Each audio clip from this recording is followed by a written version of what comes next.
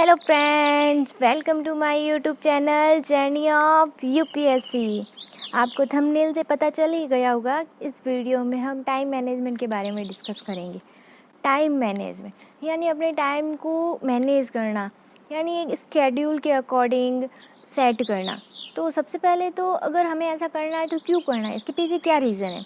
अगर आपको यही पता नहीं है कि आप टाइम मैनेजमेंट करना चाहते हैं तो क्यों करना चाहते हैं, तो आप फिर उस चीज़ को फॉलो कर ही नहीं पाएंगे।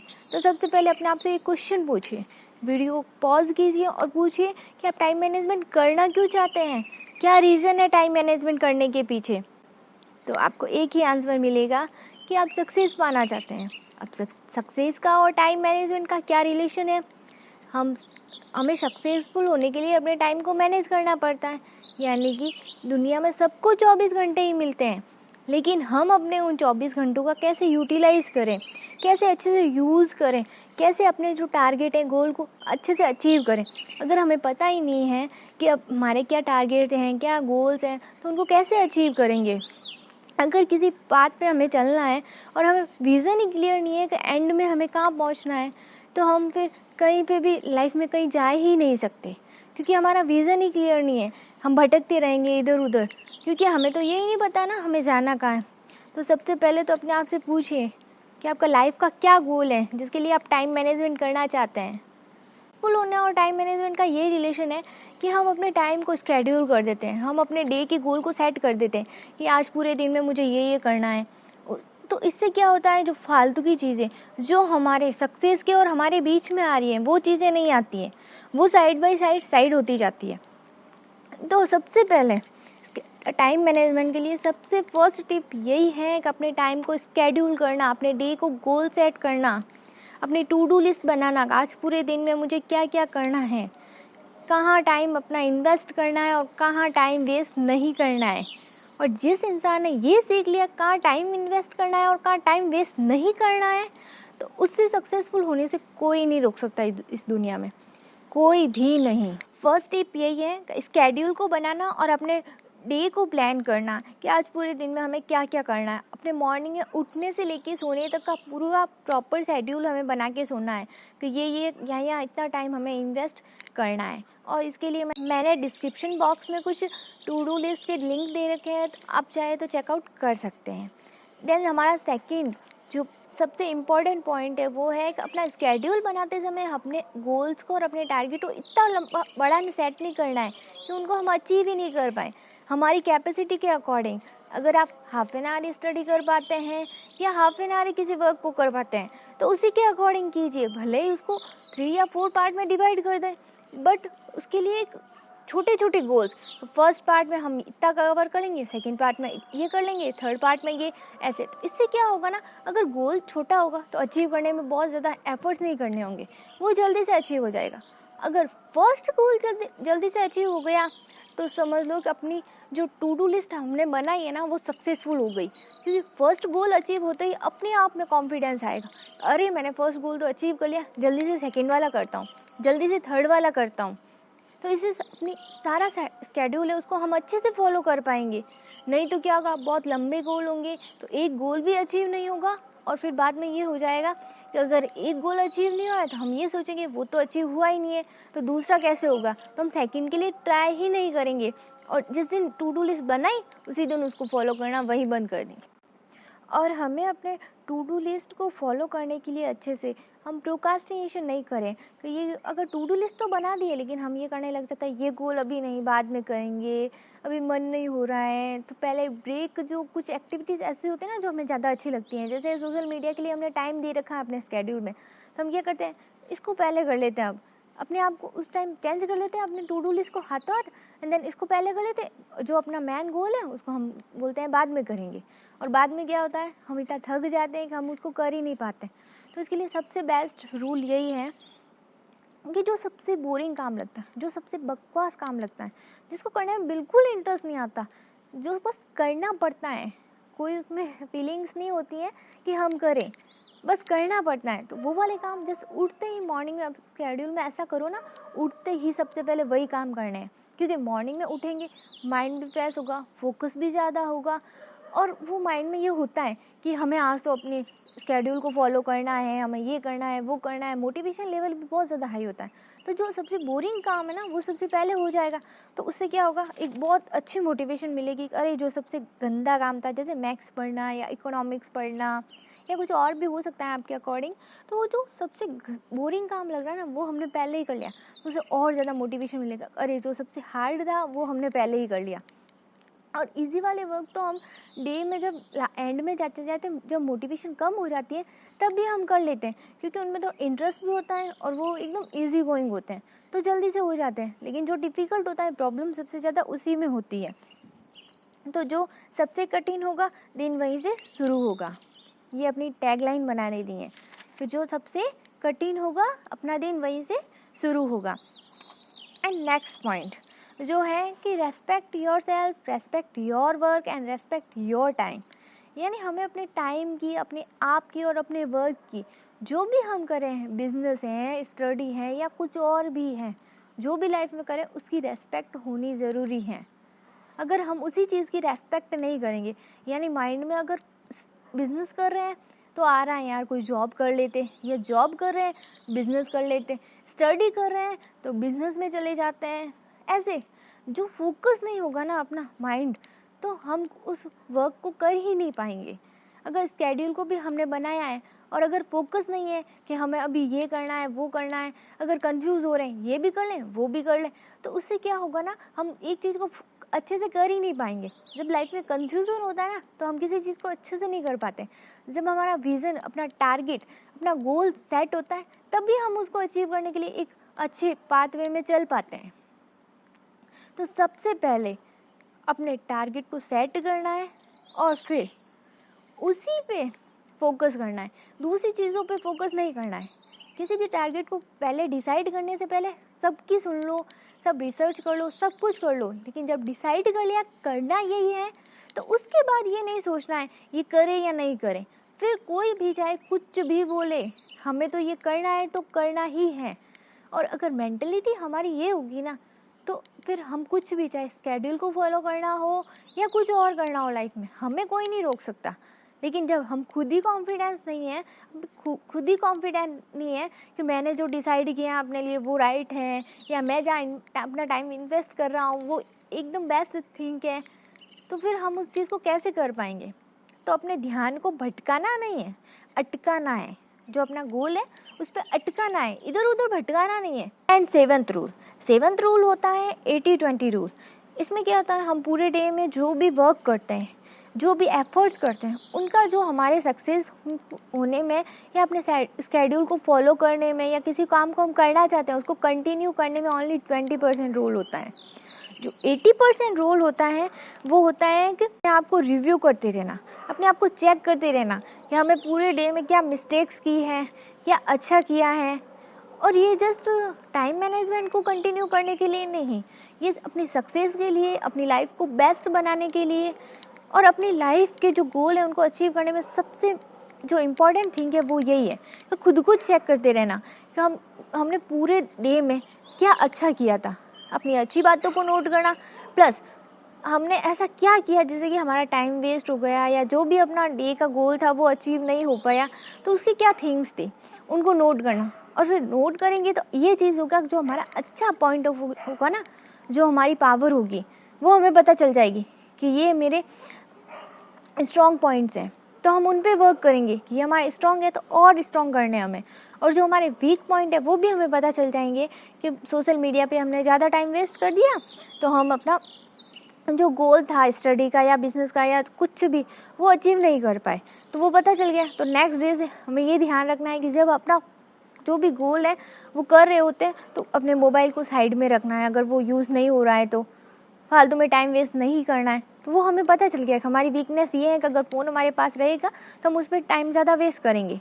तो देन नेक्स्ट डे से हम क्या करेंगे, फ़ोन को ही साइड में रख देंगे, अपने से दूर रख देंगे, जिससे क्या होगा ना अपना टाइम वेस्ट नहीं होगा। हमें पता चल जाएगा ये वीकनेस पॉइंट है अपना और ये स्ट्रॉन्ग पॉइंट है।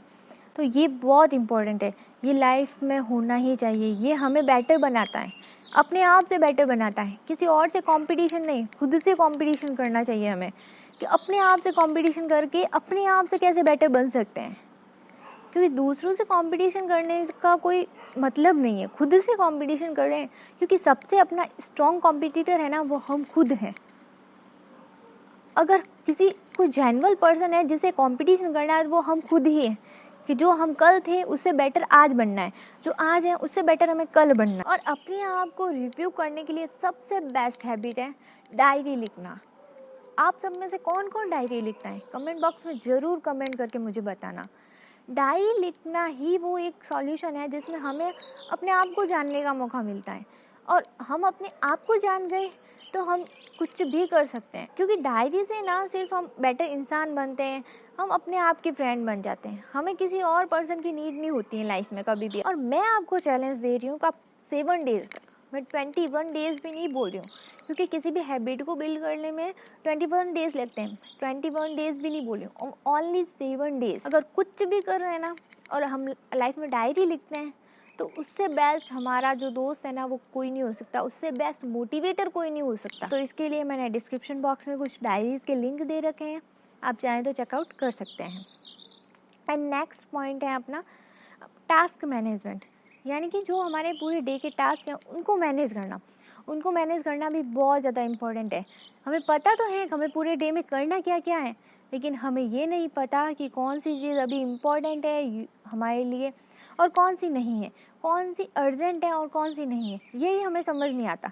इससे क्या होता है, जो ना इम्पॉर्टेंट है ना अर्जेंट है उन थिंग्स को तो हम पहले कर लेते हैं, और जो बहुत ज़्यादा इम्पॉर्टेंट है और अर्जेंट भी हैं उनको क्या करते हैं, हम स्किप कर देते हैं, एंड के लिए छोड़ देते हैं।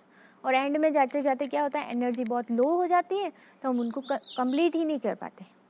तो अपनी टू डू लिस्ट और स्केड्यूल बनाने में सबसे पहले रियलाइज़ करना कि अपने लिए कौन सी थिंग्स इम्पॉर्टेंट है, प्रायोरिटी सेट करना। लाइफ में भी प्रायोरिटी होना बहुत इंपॉर्टेंट है और अपने स्केड्यूल में भी प्रायोरिटी होना बहुत इंपॉर्टेंट है, कि प्रायोरिटी लिस्ट में क्या क्या प्रायोरिटीज़ हैं हमारी, पहले उसी के अकॉर्डिंग अपने गोल्स को सेट करने हैं। और इसमें 4 कैटेगरीज होती हैं। फर्स्ट होती है वो वर्क या वो गोल जो भी इम्पॉर्टेंट भी हैं और अर्जेंट भी हैं। सेकंड कैटेगरी आती है जो अर्जेंट तो नहीं है लेकिन बहुत इंपॉर्टेंट है, जैसे एग्ज़ाम आ रहा है, सपोज़ कि कल ही हमारे एग्ज़ाम है, तो आज इम्पॉर्टेंट भी है और अर्जेंट भी है। क्या है, हमें स्टडी करनी है। जैसे कि कोई भी जॉब का फॉर्म फिल करना है, या हमारा बिज़नेस है तो बिज़नेस मीटिंग हमें अरेंज करवानी है, तो वो अभी हम मतलब नेक्स्ट डे भी कर सकते हैं बट इम्पॉर्टेंट है, और अर्जेंट तो नहीं है बट इम्पॉर्टेंट है। तो सेकंड कैटेगरी वो हो गई। एंड थर्ड कैटेगरी अर्जेंट तो है बट इतने इम्पॉर्टेंट नहीं है, जैसे कि घर में क्या कोई भी वर्क हो, जैसे अगर बिजली का बिल आया हमारे घर पे तो वो अर्जेंट तो है, उसको सबमिट करना, अगर आज नहीं किया तो कल पेनल्टी लगेगी उसकी, लेकिन इम्पॉर्टेंट नहीं है बिकॉज क्योंकि घर में कोई और भी तो उसको जाके भर सकता है ना बिजली के बिल को, ज़रूरी तो नहीं है कि हम ही जाएं, तो वो इतना इम्पॉर्टेंट नहीं है हमारे लिए। And last and fourth category आती है नॉट अर्जेंट नॉट इम्पॉर्टेंट।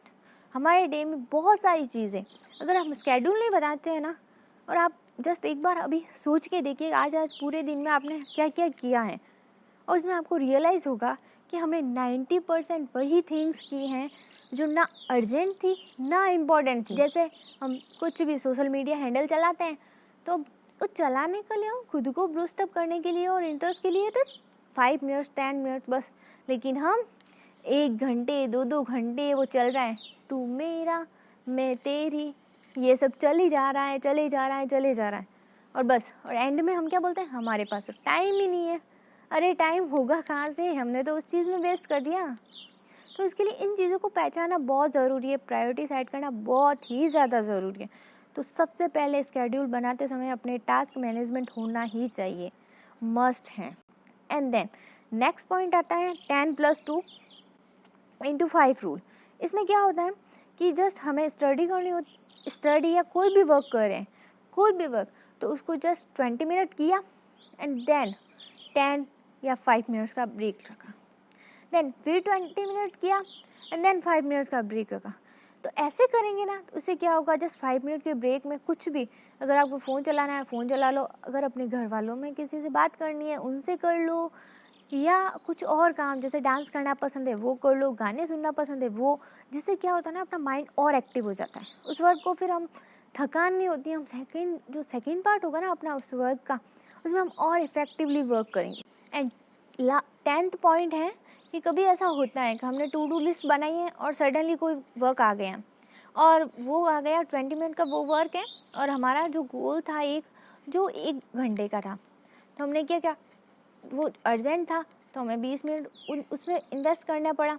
तो हम क्या करेंगे, बाकी के जो 40 मिनट बचे हैं उसमें हम क्या करते हैं, अरे यार 20 मिनट तो वेस्ट हो गए, तो अब तो हम अपने गोल को कंप्लीट ही नहीं कर पाएंगे। तो ऐसा सोच के हम उसको स्टार्ट ही नहीं करते और करते भी नहीं हैं, और ये सबसे बड़ी मिस्टेक है।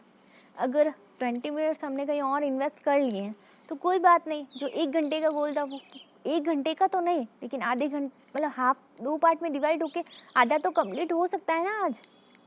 तो हमें यही करना है, कभी ऐसी सिचुएशन आए तो अपने उस गोल को 2 पार्ट्स में डिवाइड कर लेते हैं, एक कल के लिए रख लेते हैं और एक जो आधा आज कंप्लीट कर सकते हैं वो आधा आज ही कंप्लीट कर लेना है।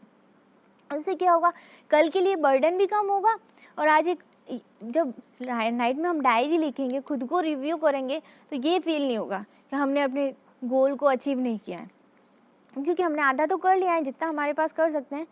जैसे जहाँ चाह है ना, जहाँ हम कुछ करना चाहते हैं वही राह है, वहाँ हमें कहीं ना कहीं से हम रास्ता ढूंढ ही लेंगे अगर हम कुछ करना चाहते हैं।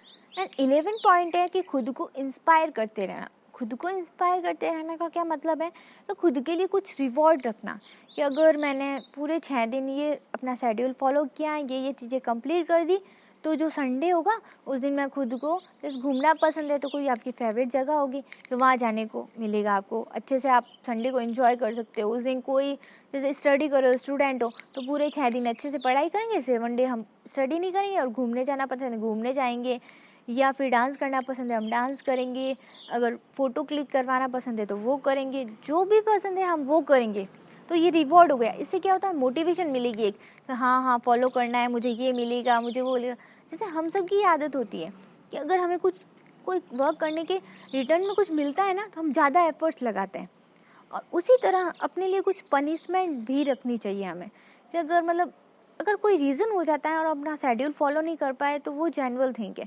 This is all about time management. आपको ये वीडियो कैसा लगा कमेंट बॉक्स में ज़रूर बताइएगा, और मैंने कुछ डायरी के और टू डू लिस्ट के लिंक्स डिस्क्रिप्शन बॉक्स में मेंशन किए हैं, तो आप चाहे तो चेकआउट कर सकते हैं। और आपको ये भी बताना है कि सबसे फेवरेट पॉइंट आपका कौन सा लगा, जो सबसे टर्निंग पॉइंट था आपके टाइम मैनेजमेंट में, वो भी ज़रूर बताइएगा। और ये वीडियो आपके लिए यूज़फुल हुआ या हेल्पफुल हुआ तो please subscribe my channel and share with your friends. And अगर आपको कोई भी यूपीएससी से रिलेटेड, आरपीएससी से रिलेटेड, स्टडी से रिलेटेड, बुक से रिलेटेड कोई भी क्वारी हो तो आप कमेंट बॉक्स में ज़रूर कमेंट कीजिए, और मैं आपकी क्वारी को सॉल्व करने का प्रयास करूँगी। And thank you for watching.